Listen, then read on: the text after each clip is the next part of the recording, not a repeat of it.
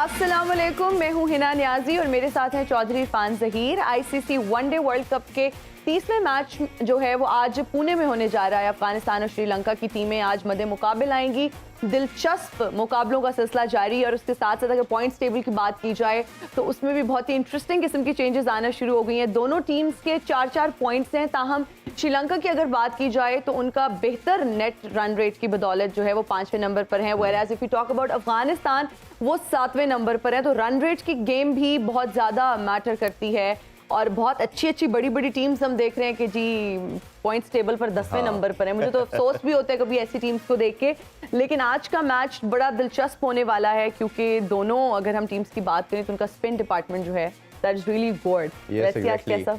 और जिस तरह कल हमने है ना कहा कि इंग्लैंड का बड़ा एक रेयर हमें देखने को मिला कि वो 10वें नंबर पे पॉइंट टेबल के, और ये भी आज दो तरह की स्ट्रगल अप होगी। एक तो ये होगी कि किसी तरह हम सेमीफाइनल की दौड़ में इन रहे।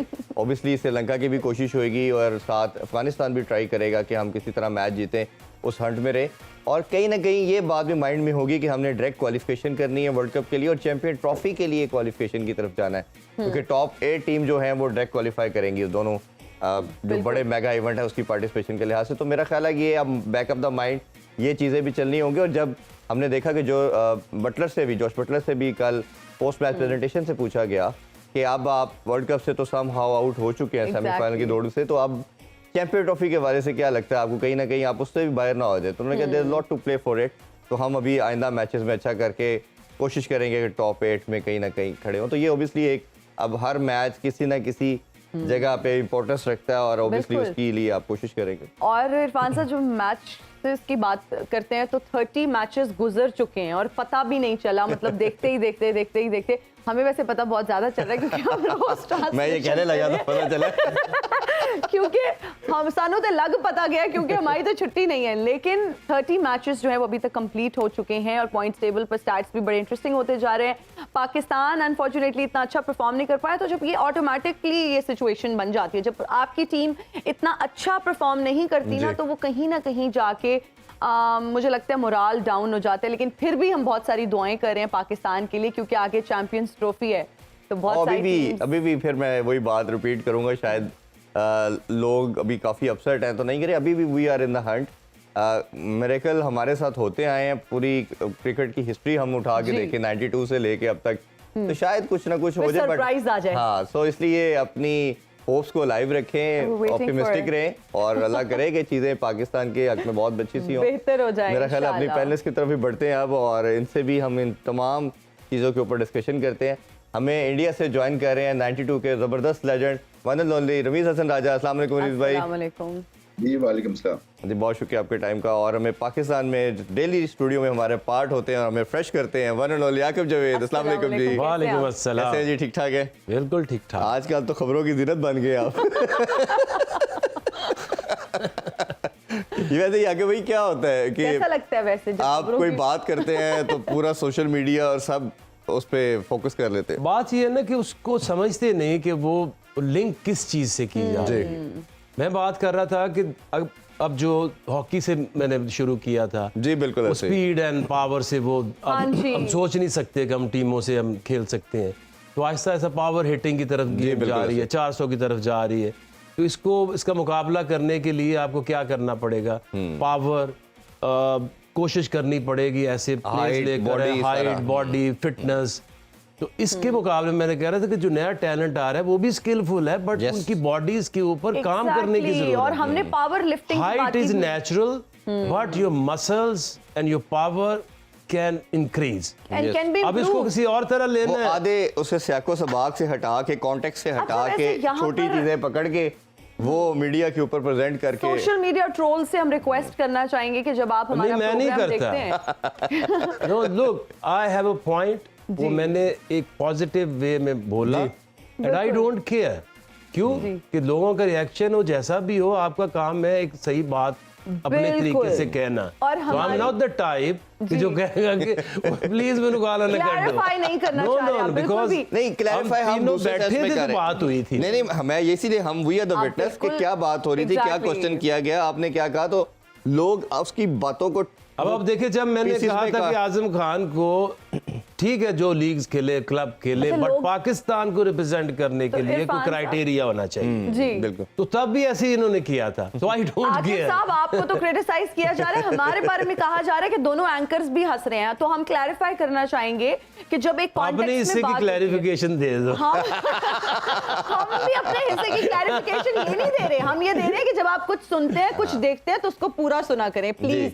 बीच में से काट के उसका स्याको सबाक बदल के अपने अकॉर्डिंगली उसके मीनिंग्स को चेंज करके, that is ethically and morally not correct. अगर आपको कुछ बुरा लगा है, आपने देखा है, आपने बीच में देखा, आप उसको थोड़ा सा रिवाइंड करके पीछे करके देख उसकी लें। पूरी डिस्कशन अगर आप Discussion देखेंगे तो आपको समझ पता आ चल जाएगा क्या बात कि हो रही किस है कॉन्टेक्स्ट में बात और हो रही है। मतलब क्या था इसका, सारी जिस्ट क्या था कि पाकिस्तानी क्रिकेट के अंदर जब बात की जा रही थी कि 1200 बॉल के बाद पहला पावर प्ले में छक्का लगा, दूसरी ये बात हुई कि वो 40 गेंदों में मैक्सवेल सेंचुरी बनाता है, तो पाकिस्तानी प्लेयर 1 या 2 छक्कों के बाद गिर जाते हैं। तो ये इस कॉन्टेक्स्ट में पाकिस्तान क्रिकेट के हवाले से बात हो रही थी, किसी की पर्सनल जात के हवाले से नहीं बात हो रही थी। और उसी वैसे कॉन्टेक्स्ट भी में आपने फिर आकिब डिटेल में सर आकिब और साहब ने इरफान बताया। साहब, मैं यही कहना चाहूंगी कि हम अगर यहाँ पर बैठते हैं, हम डिस्कशन करते हैं, एनालिसिस हो रहा नहीं, है, रोज हम यही बात करते हैं ना कि कैसे पाकिस्तानी टीम बेहतर होगी। इंप्रूव कैसे तो करेगी? कैसे होगी जब आप जो एक प्लेयर है अपनी स्किल को बढ़ाएगा, पावर को बढ़ाएगा, बिल्कुल ऐसे ही। छक्के मारने सीखेगा, और तो कोई तरीका नहीं है। ऐसे ही तो नो वरीज, प्लीज। बिल्कुल। मेरा ख्याल आगे शो की तरफ बढ़ते हैं। रमीज भाई, कल के मैच के हवाले से आपसे स्टार्ट करते हैं। थोड़ी सी अगर बात करें तो ऑब्वियसली बड़ा मैच था और हमें लगता था कि इंग्लैंड वर्ल्ड चैंपियन है, मोराल हाई होगा और इस मैच, इस वर्ल्ड कप के one of the favourite contender भी थे। बट अगर हम देखें तो उनके मुसलसल हर डिपार्टमेंट में वो नाकाम होते चले जा रहे हैं। क्या रीज़न लगती है? कैप्टनसी का मसला है, एज ए टीम परफॉर्म नहीं कर पा रहे, बॉलर्स भी रन दे रहे हैं, बैटिंग तो बिल्कुल क्लिक नहीं हो रही। क्या बेसिक लगते हैं, किन चीज़ों पे, फंडामेंटल पे उन्होंने काम नहीं किया जिसकी वजह से वो कोलैप्स होते जा रहे हैं? देखिए, एक तो जो सरप्राइज एलिमेंट था ना इस टीम में कोई है नहीं है ऑन द डे जो आपको हैरान कुन परफॉर्मेंस कर देगा, स्पेशली इन कंडीशंस पे, क्योंकि यहाँ पे स्टैंडर्ड और बढ़ गया हुआ है और टीम्स जिन्होंने एडजस्ट किया है, जिसमें साउथ अफ्रीका है, न्यूजीलैंड है, ऑस्ट्रेलिया अब अच्छी आ रही है, वो एक फर्क डालते जा रहे हैं इंग्लैंड से।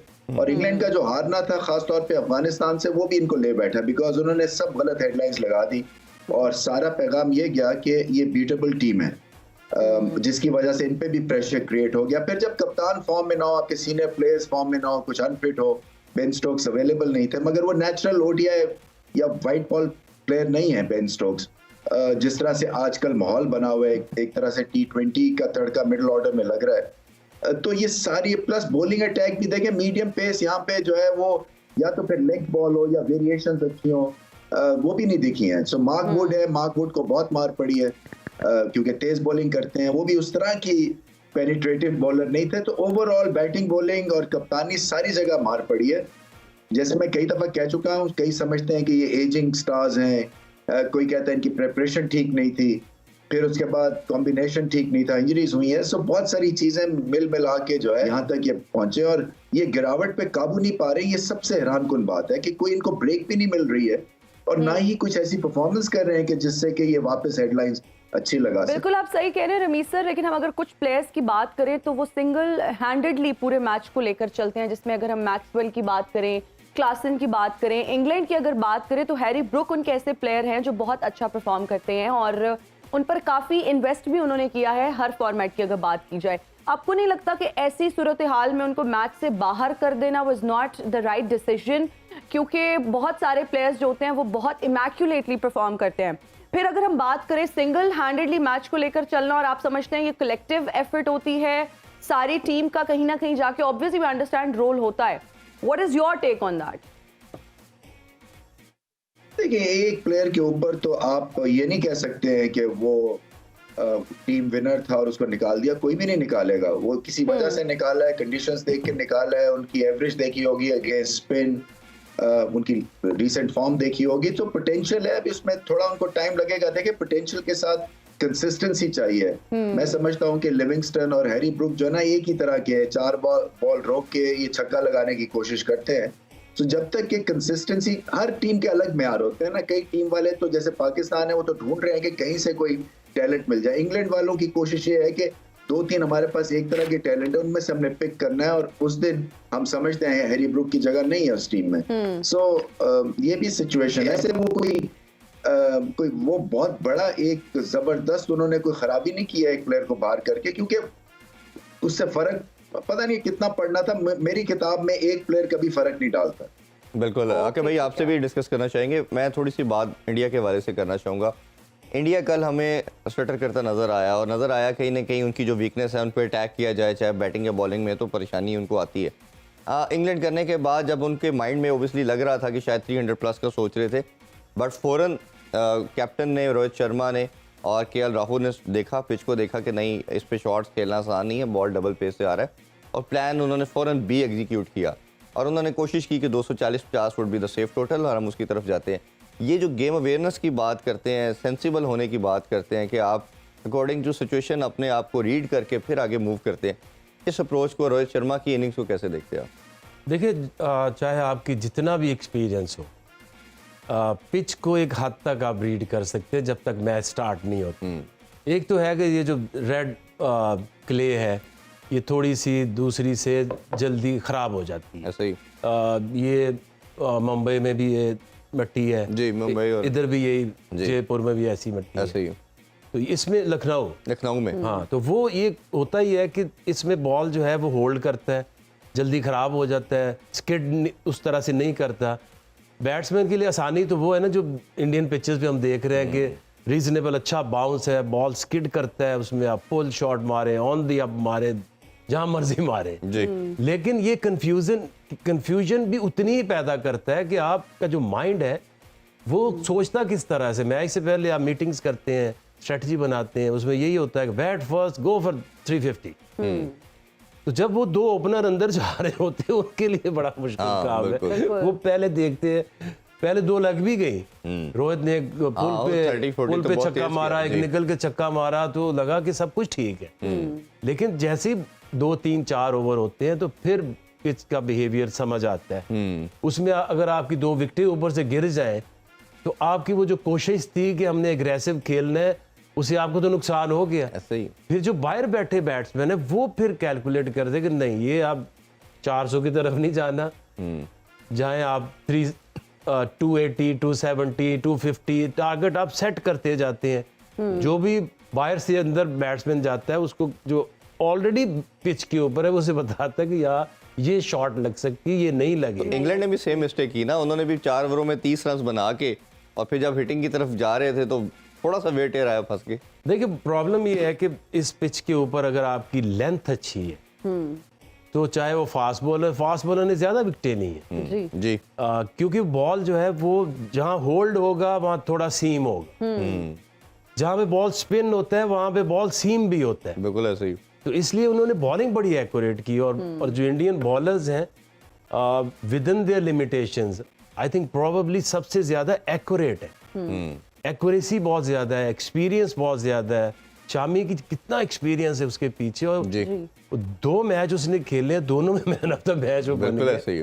तो आई थिंक इस तरह की फॉर्म हो, इस तरह का एक्सपीरियंस हो, बुमराह जैसा एक्यूरेट बॉलर अभी मुझे और तो कोई नहीं नजर आ रहा। जो हम बात करते हैं वन ऑफ द बेस्ट होता है कि प्रेशर में इस तरह के बड़े स्टेज के ऊपर आप अपनी स्किल और एक्यूरेसी दिखाएं। बिल्कुल आप सही कह रहे हैं। इंग्लैंड की परफॉर्मेंस के हवाले से भी हम बात करेंगे, लेकिन अभी हम ब्रेक लेंगे। ब्रेक के बाद जब आएंगे तो इस पर बात करेंगे डिटेल से।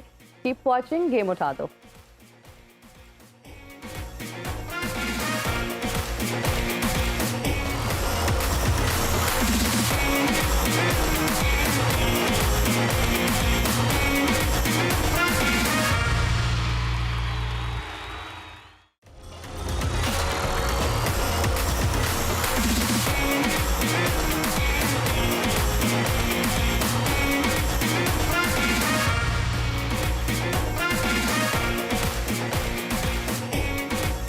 And we are right back after the break. You're watching World Cup game उठा दो। आकिब सर, टॉस जीतकर फील्डिंग करने के फैसले को किस तरह से देखते हैं? मुझे लग रहा है फैसला बिल्कुल इंटेलिजेंट नहीं था। कल भी हम इसी पे बात कर रहे थे कि पहले बैटिंग करना is the wise decision, because chase करना टाइम्स मुश्किल हो जाता है। लेकिन मेरा ख्याल है उनका कॉन्फिडेंस हमारे खिलाफ चेस करके ज्यादा ही हाई हो गया। मेरा ख्याल है अभी भी जो बेस्ट चांस है अफगानिस्तान के पास वो ये है कि वो डिफेंड करे, क्योंकि जो भी टीम अगर ये टोटल लगाते हैं, Pune is a new stadium full of runs, इसके ऊपर आप बेसिक बैटिंग करेंगे 300 रन्स आप बना सकते हैं। आप ये देखें कि 300 अफगानिस्तान चेज कर रही है 280 या वो डिफेंड कर रही है। मुझे तो ज़्यादा एक्साइटमेंट है कि वो 280 to 300 वो डिफेंड करें, क्योंकि जो स्पिनर्स हैं उनको मारना फास्ट बॉलर की तरह इतना सेफ आसान नहीं होता। उसके लिए आपको रीड करना है, हाथ से रीड करना है, पीठ को यूज़ करना है, रिस्क लेना है। तो आई थिंक मैं तो अगर हूँ तो डिफेंड करे अफगानिस्तान, सो आई एम मोर कंफर्टेबल। लेकिन ये कि हम अपनी वापसी की, लोगों की वापसी की बात कर रहे हैं, लेकिन ये जो अफगानिस्तान है ये किसी भी टीम जो भी इनसे खेलता है इनसे डर रहा है। बिल्कुल ऐसे ही है। और अगर उन्होंने 4 स्पिनर वाला मंत्रा रखा तो यकीन करो कि कोई भी टीम इनके खिलाफ कंफर्टेबल नहीं है और ये सरप्राइज कर सकते हैं 4 की दौड़ में। बिल्कुल ऐसे ही। अभी रमीज भाई आपसे ये जानना चाहेंगे, थोड़ा सा हम बात कर रहे थे इंडिया की, पहले वो कर लें फिर इस आज के मैच पे भी बात करते हैं। उसमें हमने देखा कि इंडिया हर डिपार्टमेंट में बड़ा ज़बरदस्त परफॉर्म कर रही है और सबसे एक कॉम्पैक्ट और कम्प्रीहेंसिव किस्म की टीम नज़र आ रही है और विक्ट्रीज भी सामने नज़र आ रही हैं। अब इनका जो टीम का सबसे मेन वाइटल प्लेयर जो है, जो इंटीग्रल पार्ट है, वो हार्दिक पांड्या है। अभी ओबियसली जब वो फिटनेस के बाद फिट होकर दोबारा टीम को ज्वाइन करेंगे तो क्या आपको लगता है, क्योंकि सारे के सारे 11 के 11 ही आप परफॉर्म कर रहे हैं, तो किसकी जगह पे आपको रिप्लेस होते हुए नज़र आ रहे हैं? क्या आपको लगता है कि ये सिराज को रिप्लेस करेंगे या कोई और आपके ख्याल में हो सकता है? देखिए, सिराज पे प्रेशर क्रिएट हो जाएगा क्योंकि शामी तो अब नहीं बाहर बैठते हैं, इतनी बड़ी परफॉर्मेंसेस दे दी हैं और फिर इकोनॉमी के पॉइंट ऑफ व्यू से और wicket taking point of view से दोनों में आउटस्टैंडिंग इन्होंने बॉलिंग की है जी। तो मैं नहीं समझता हूँ कि इस तरह से आप आसानी से इनको बाहर बिठा देंगे। और दूसरा वही बात है कि जो इंडिया का म्यार है वो सबसे अनोखा और सबसे बेहतरीन है। ऐसा नहीं है कि और फिर इनका जो कप्तान है जो कह रहा है वो करके भी दिखा रहा है सिलेक्शन के पॉइंट ऑफ व्यू से, और फिर ये कि सेल्फलेस बैटिंग, कोई माइलस्टोन्स की तरफ नहीं जाते, आज भी 100 कर सकते थे जैसा भी था।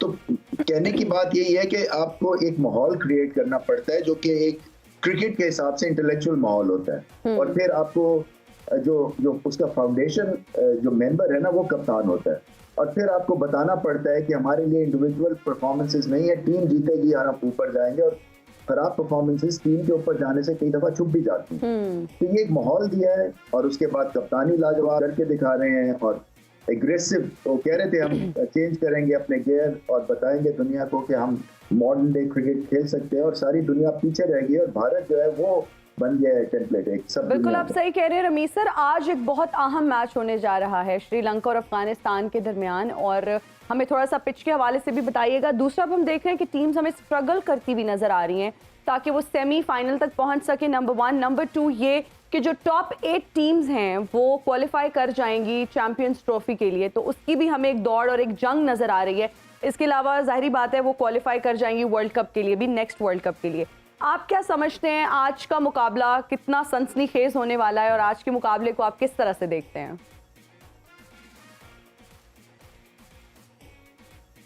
देखिए, अच्छा मुकाबला है, ये 50-50 है। हालांकि श्रीलंका रिकॉर्ड के हिसाब से पावरफुल है अफगानिस्तान के खिलाफ, बट जो अफगानिस्तान क्रिकेट खेल रहे हैं और जो पाकिस्तान से जीते हैं वो इनको आगे ऊपर लेके जाएगा। सो इनको क्या करना है, इनको रन्स लगाने हैं बस, बाकी इनकी बॉलिंग संभाल सकती है। हालांकि पाथुन निसांका जो है बड़ी अच्छी बैटिंग कर रहे हैं, 4-5-50 उन्होंने इकट्ठे कर दिए, बट फिर भी मैं समझता हूं कि श्रीलंका को बहुत बेहतरीन खेलना पड़ेगा अफगानिस्तान से जीतने के लिए। अफगानिस्तान के पास ऑलराउंड स्ट्रेंथ बन जाती है, और मुझे लगता है कि पुणे में हालांकि होती तो बैटिंग विकेट है, मगर आपके स्पिनर्स को फायदा देगी वो, और क्योंकि इनके पास वैरायटी है अफगानिस्तान के स्पिनर्स के पास, तो ये अच्छा मैच होगा, मुकाबले का मैच है, टक्कर का मैच है। अच्छा वीर भाई, जैसा हमने देखा कि टॉस हो चुका है और उन्होंने अफगानिस्तान ने पहले फैसला किया है कि वो फील्डिंग करेंगे। फजले हक फरूकी उनका एक बड़ा इंटीग्रल पार्ट था और नई बॉल से हमेशा विकेट्स लेते थे। अभी हमारे खिलाफ भी उन्होंने उनको नहीं खिलाया और हम एक फास्ट बॉलर नवीन के साथ हो गए। तो आपके ख्याल में 4 स्पिनर के साथ आज जाना चाहिए या ये उसको वापस ला सकते हैं और उसकी इंक्लूजन टीम में मैंडेटरी बनती है, नहीं तो वन डायमेंशनल ना कहीं ना इनका अटैक हो जाए बॉलिंग, अगर स्पिन के हवाले से बात करें? नहीं, मेरे ख्याल से वो वन डायमेंशनल हो जाता है, इतने 4 स्पिनर्स आप डाल लेना तो वो कई टीम्स जो है ना इसकी एडवांटेज उठा सकती हैं। मैं समझता हूँ बैलेंस के लिए फारूकी को आना पड़ेगा। ठीक है, आकिब सर से भी हम जानना चाहेंगे, अगर हम दोनों टीम्स की बात करें तो आप क्या समझते हैं कि आज इम्पैक्ट प्लेयर्स कौन से हैं वाइटल प्लेयर्स की जब हम बात करते हैं दोनों टीम्स में? देखिए, उनके अफगानिस्तान के जो स्पिनर्स हैं जी और गुरबाज है, ये 3 स्पिनर और गुरबाज, इसके ऊपर गेम सारी चलती है। आई डोंट नो कि वो जो रिस्ट स्पिनर नूर है उसको वो श्रीलंका के अगेंस्ट खिलाते हैं नहीं खिलाते, क्योंकि वो तो पाकिस्तानी बैट्समैनों जैसे नहीं है कि वो अच्छा समझ ही बहुत नहीं अच्छा आती। खेलते हैं जस तो उसमें ये देखना कि पिच में क्या है। अगर तो स्पिनिंग साइड के ऊपर है और उनके लेफ्टी भी काफ़ी हैं, तो आई थिंक फरूकी से भी जा सकते हैं। बट अगर आप पिच को देखें, रीड करें, टीम को देखें कितने लेफ्टी हैं, क्या कंपोजिशन है, बट उनकी तो ये 3 स्पिनर और एक गुरबाज, जी दे आर द स्ट्रेंथ। जिस दिन गुरबाज चल जाएगा उनका स्कोर 300 की तरफ चला जाता है। जब वो जल्दी आउट हो जाते हैं देन 250, 270, 60 तक वो रुक जाते हैं। लास्ट मैच में वैसे आके भाई उसमें गुरबाज ने बड़ी शानदार इनिंग खेली, इब्राहिम ने बड़ी ज़बरदस्त इनिंग खेली। ये भी अब जो इनका बंच है 5-6 लड़कों का, 7 लड़कों का, ये भी 6-7 साल से कंटिन्यूसली क्रिकेट खेल रहे हैं और काफ़ी इनका एक्सपीरियंस भी इंटरनेशनल क्रिकेट हो गया। तो इनके एज ए कम्बिनेशन या एज ए टीम इनको जेलिन होता हुआ कैसे देख रहे हैं आप? देखिए, टीम जो है ना, वो आपकी बेस्ट प्रिपरेशन क्या है वर्ल्ड कप की, तो वो ये है कि आप वो टीम लेकर आए जो कम से कम 3-4 साल से इकट्ठी खेल रही हो।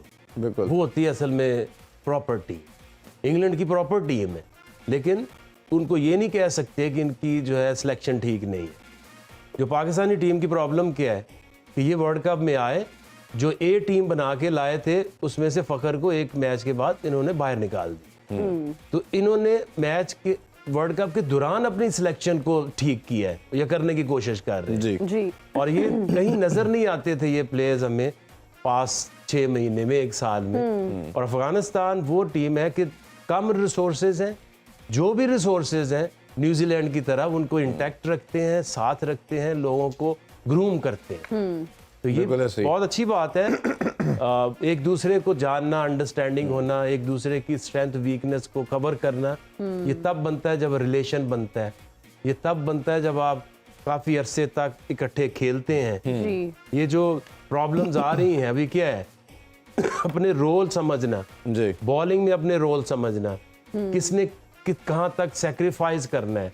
इसकी मिसालें हैं, जब हम 3 लोग इकट्ठे खेलते थे तो वसीम अकरम और मैं नया बॉल करते थे और मेरा ये काम होता था अगेंस्ट द विंड मैंने बॉलिंग करनी है, बिकॉज उसने अटैकिंग बॉलिंग करनी है, मुझे डिफेंसिव रह के प्रेशर क्रिएट करना है। तो मैंने सारी जिंदगी अगेंस्ट द विंड भाग के बॉलिंग कराई है। जी और उसमें आप सेक्रीफाइस भी करते हो कि मैंने लालच नहीं करनी, बिल्कुल मुझे प्रेशर क्रिएट करना है, मुझे 7 ओवर में 20 रन देने हैं, 15 रन देने हैं, ताकि जब वकार आए फर्स्ट चेंज के ऊपर तो उसके पास कुशन हो जी टू अटैक। अब जब आप खेले ही नहीं, आपके एक दूसरे पे ट्रस्ट नहीं है, रिलेशन नहीं है, तो अब कैसे?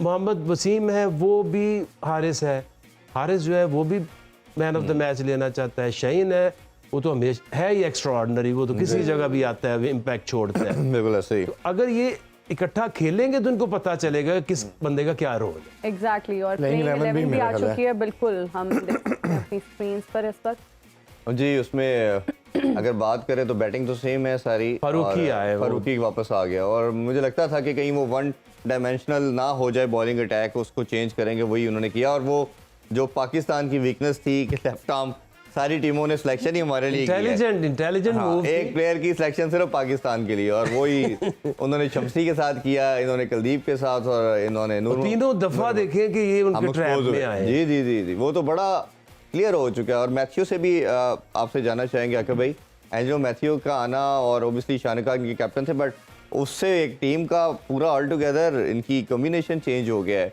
मैं ये समझता हूँ कि एंजेलो आज मैथ्यूज तो मेरा अगर भी तो- है, वो जो फास्ट बॉलर वो भी, उसको भी चांस दे दिया गया जी, वो भी हर टीम का पार्ट है। तो वो पेस से भी इनको हर्ट करने की स्ट्रेटजी के लिए आए हैं।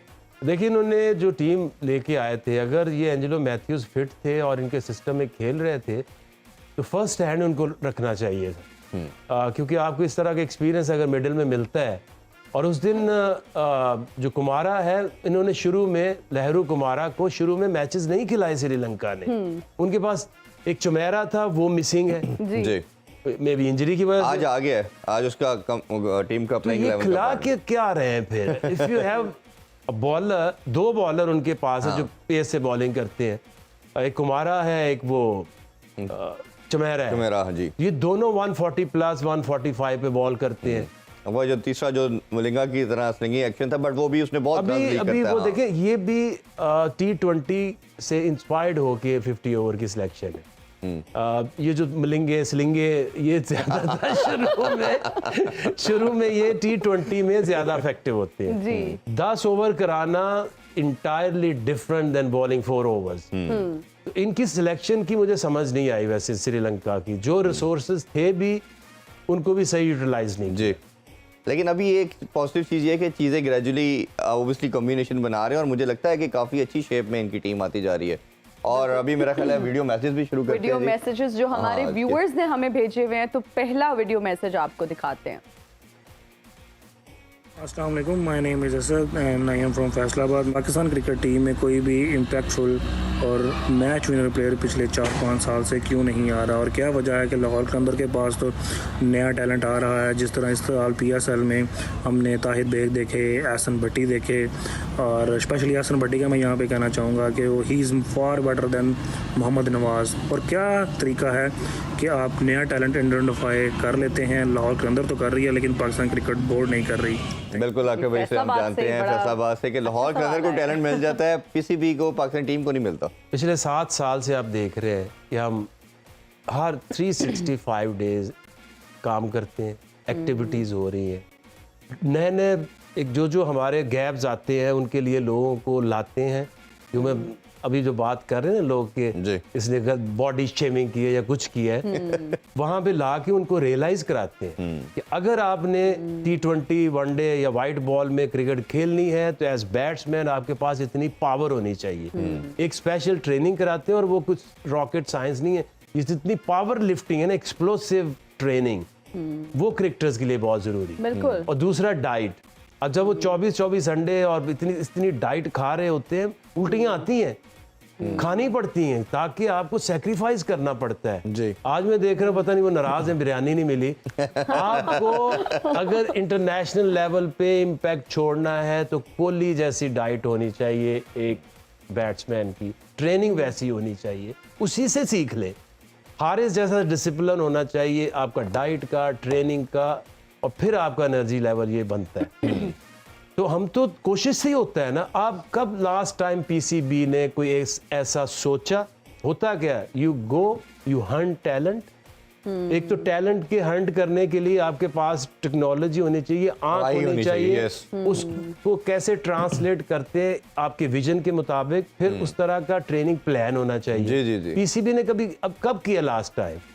इतने सालों से तो मैं नहीं देखा। 2003-4 में मुझे याद नहीं, 8 तक चला है। 8 तक, हाँ, वही स्टार्ट तभी हुआ था जी। अब उसके बाद अगर आप काम नहीं करोगे तो आपको कैसे एफर्ट लगानी पड़ती है। मैं हमेशा ये सारे जितने लोग टीवी पे बैठ जाते हैं, क्रिकेटर्स हैं, आपका फर्स्ट स्किल है जो आपको आता है। आप आउटस्टैंडिंग बॉलर थे, बैटर्स थे, कीपर थे, वो आप अगर ट्रांसलेट करें और उसको अगर ट्रांसफर कर दें टू एनी यंगस्टर, आप उसकी जिंदगी बदल सकते हैं। ये तो हमने साबित करके दिखाया लाहौर कलंदर के प्लेटफॉर्म से कि कितने लोगों की जिंदगियां बदली हैं, खानदान बदलते हैं, शहर बदल जाते हैं। ऐसे ही है। तो प्लीज थोड़ी कंट्रीब्यूशन, शाम को 2 घंटे एक प्लेयर पकड़े जो आपको पसंद है, लगता है कि ये नेक्स्ट बॉलर बन सकता है, स्पिनर बन सकता है, उसके ऊपर इन्वेस्ट करें, टाइम इन्वेस्ट करें। चाहे नहीं भी उसके पास पैसा, वो भी थोड़ा कर दे, प्लेयर इसी तरह बनेंगे। और दूसरा तरीका कोई नहीं है। रॉकेट साइंस तो उसमें है ही कोई नहीं जी। एक और मैसेज भी है हमारे पास हबीबुल्लाह का लाहौर से, देखते हैं कि वो क्या पूछना चाह रहे हैं। जी, मेरा नाम है हबीबुल्ला है, मैं लाहौर से हूँ, और मेरा आप लोगों से सवाल ये है कि क्या बाबर आजम को वर्ल्ड कप के बाद कप्तानी करनी चाहिए, क्योंकि जब से वो कप्तान बने हैं तब से वो वाली परफॉर्मेंस नहीं आ पा रही जो कि एक स्टार और उनका जिस तरह नाम है उस तरह आनी चाहिए। जी। हबीबुल्लाह साहब लाहौर से पूछ रहे हैं जी। देखिए, एक कप्तान है, हर एक जो लोग हैं, फैंस हैं, क्रिकेट बोर्ड है, एज प्लेयर, एज कैप्टन, आपका मकसद ये होता है कि मैं मार्क छोड़ूं। बिल्कुल। एक वर्ल्ड कप आपके नाम लग जाए, एक कोई बड़ी चैंपियंस ट्रॉफी लग जाए, और तो आप कोई ऐसा बड़ा मार्क नहीं है हमारे यहाँ, तो उस तरह से नहीं है कोई जो एशेज जीत जाए इंग्लैंड ऑस्ट्रेलिया तो एक मार्क बनता है। बिल्कुल। आज तक 92 में हमने खेला, आज तक लोग उसको मानते हैं। ऐसे ही है। तो आप जब हिट करते हैं टुवर्ड्स द वर्ल्ड कप, वो आपकी पीक होती है एज टीम, एज कैप्टन। और अगर आपसे वो अचीव नहीं होता तो देन हर वर्ल्ड कप के बाद तब्दीलियां आती। बिल्कुल ऐसे ही। ठीक है, तो अगर वो 4 साल से कप्तान है, अगर वो रिजल्ट, डिजायरेबल रिजल्ट वो नहीं ला सके या वो उनसे नहीं आए, एग्जैक्टली तो उनको खुद स्टेप डाउन कर देना चाहिए। बिल्कुल। और एज प्लेयर तो उनके यहाँ उन जैसा तो कोई पाकिस्तान में तो नहीं नजर आ सकता। बिल्कुल, इसमें कोई शक नहीं। दुनिया में उनका मार्क है। और ये ऐसा नहीं है कि एक कप्तान है उसको कप्तानी से हट जाएंगे, हो सकता है उसकी बैटिंग की और ज्यादा फॉर्म आए और ज्यादा वो रिकॉर्ड बनाए। इसमें ब्रायन लारा है, सचिन और अब तेंदुलकर हमारे आपने सामने टारगेट मिसाल है। करना क्या है? अब आपने टारगेट ये करना है कि आगे T20 वर्ल्ड कप कौन लीड कर सकता है, कौन T20 वर्ल्ड कप पाकिस्तान में ला सकता है, उसके बारे में सोचें। और फिर उसके बाद अगले वर्ल्ड कप की तैयारी करें।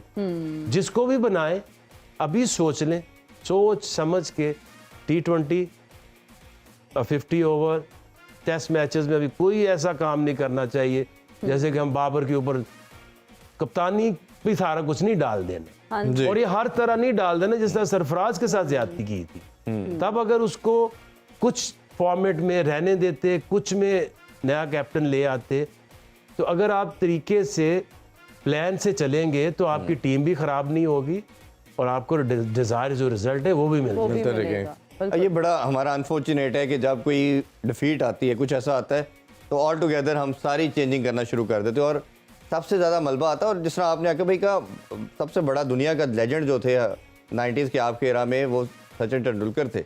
और इसी तरह हमने देखा ब्रायन लारा थे। ये दोनों ने जब कैप्टनसी ली तो इनको कहीं ना कहीं रियलाइज़ हुआ, एक तो हमारी परफॉर्मेंस हैम्पर हो रही है और हम कैप्टन कमोडिटी नहीं है। उन दोनों ने कैप्टनसी छोड़ी, वो खुद छोड़ी।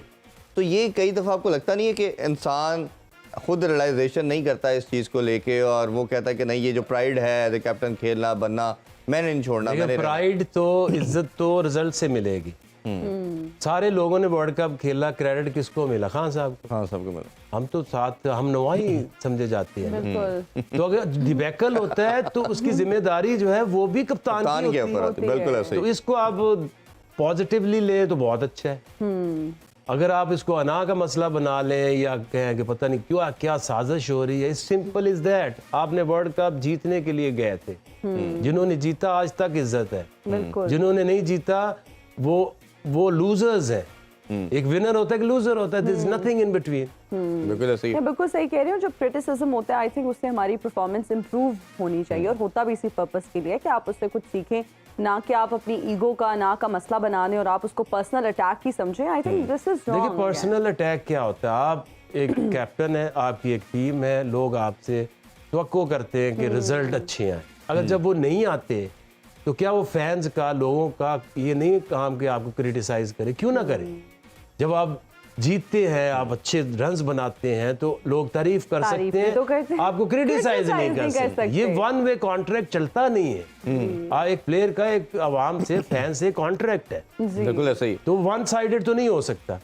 और आके भाई जितनी हमने देखा कि पावर बाबर को दी गई, कोच से सारी अथॉरिटी समहाउ लेके बाबर को दे दी गई। प्लेइंग 11 का हर बंदा इनकी मर्जी से हुआ। इवन स्क्वाड जो अनाउंस हुआ 15 का और 3 रिजर्व का, वो भी इनकी मर्जी का था। और जो रन इनको मिला, हमने देखा है लास्ट ऑलमोस्ट 4 साल से, हाँ। किसी रिसेंट टाइम में किसी कैप्टन को इतना लंबा रन नहीं दिया गया, पाकिस्तान की हिस्ट्री में नहीं मिलता।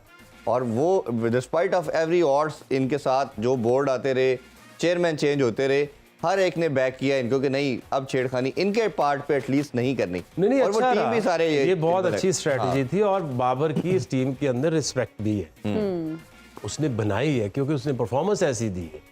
लेकिन अब इसका मतलब ये नहीं है कि ये लोग सोचना ही भूल जाए कि world cup to world cup एक आपको रन मिलता है और फिर आपसे अगर नहीं वो हुआ तो नहीं हुआ। बिल्कुल ठीक है। तो इसमें क्या ऐसी बुरी बात है कि बोर्ड ये ना सोचे कि जी अब हमने T20 वर्ल्ड कप में जाना है, हमने अगला 4 साल का कुछ सोचना है। तो आपने कोई फ्यूचर की प्लानिंग तो करनी है ना। बिल्कुल ऐसे ही है। ऐसे तो नहीं होगा कि आप हर चीज बंद करके बैठ जाएंगे। और ये कोई ऐसा नहीं है कि आपके साथ ज्यादती है या अनफेयर है। आपको एक बहुत अच्छा रन मिला, उसमें चीजें अच्छी भी हुई, बुरी भी हुई, लेकिन end of the day the world cup was there to win, खेलने के लिए सिर्फ नहीं था। अभी भी हम दुआ करते हैं, एक छोटी सी जो ग्लिम्स है, ये रे ऑफ होप है, वो किसी तरह अगर हमारी फेट में है तो हमारी टीम उसको ग्रैस्प करे, तीनों मैच जीते और शायद अल्लाह ताला कोई ऐसा मौजज़ा करे कि उसमें हमारी कामयाबी हमारा पार्ट बन जाए। आके भाई बहुत शुक्रिया, हरमीत भाई आपके बहुत शुक्रिया। अभी आप लोगों से हम इजाज़त चाहते हैं, इंशाल्लाह मिड ब्रेक में आपसे दोबारा मुलाकात करते हैं। अपना बहुत ख्याल रखें। अल्लाह हाफिज़। पाकिस्तान जिंदाबाद।